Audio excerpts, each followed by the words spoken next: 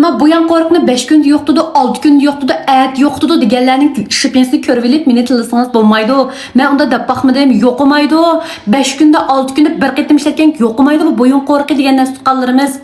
Bu narsa uzun yillardan ba'zida tug'ma bo'ldi ekan, ba'zida tug'utdan keyin qoldi ekan, ba'zida bak egiz yetib olib, ba'zida jim o'tirib telefon ko'rib bo'lib qoldi ekan, shu 5-6 kun yo'qmaydi. Billa daga qilayli, tondini man chiqiribdi.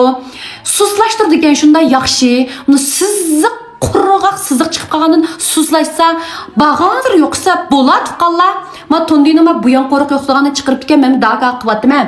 Menikidim so'z batdi, shunday suzlayotdi. Yaxshiken chiqirib qo'ydim. Menmo bir delta emas, men chiqirib yaxshi bo'lmasa, qat'iy o'yin bo'lmasa, tilanglaychi deb men davxo emas, bunda pulni topmasam bo'ldi. Suzlashtirdi ekan, 2 kunda 3 kunda unimi ko'rilmaydi. Shu izchil bir ishlatib, bir hafton kuni kimda qarab bu yo'llardan rasm tatib selishtirib baqsanlar, suzlashqani his qilgansiz, shuni chiqirib qo'ydim. Ha. Shuning uchun men ishlatadigan artisonlarimiz sal kalla ishlatib, 1 kunda yaxshi bo'lib ketdi, 2 kunda o'roqlab ketdi, 5 kunda parishtaga aylanib ketdi degan narsani da ig'iz qarab turib asanglar bo'ldi, men azaldan unda demayman. Hech qanday narsani bo'lishi mumkin, bo'lib qoladi, bo'lishni umid qilamiz deymiz. Çünkü bu mu adam yasagan narsa bu mu?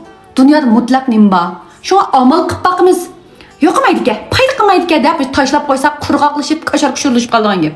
Undimda ishiltib baqimiz, amal qilib baqimiz, sababini qilib baqimiz. Bizni qo'yg'ul chiqdinglar, sizlar bizni aldab ketdinglar. Deydiganlar amsanlar bo'laverdi. Mana buni Tondininki bu yan qo'riqining narsasi. Men iliblam. Bunda siqsanglar chiqdi.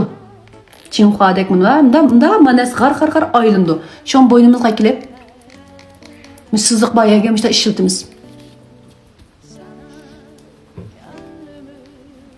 Şu an açsınlarım, ihtiyaç bağ açsınlar.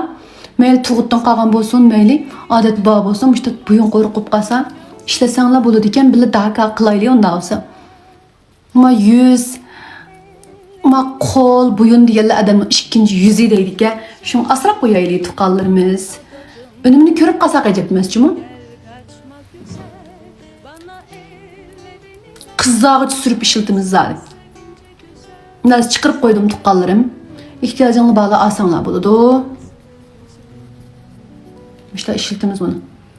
Şimdi sındırıp bir 5 minut 10 minut geçe. Vaxtdan yetkende kısanlar buldu. Ton deninki.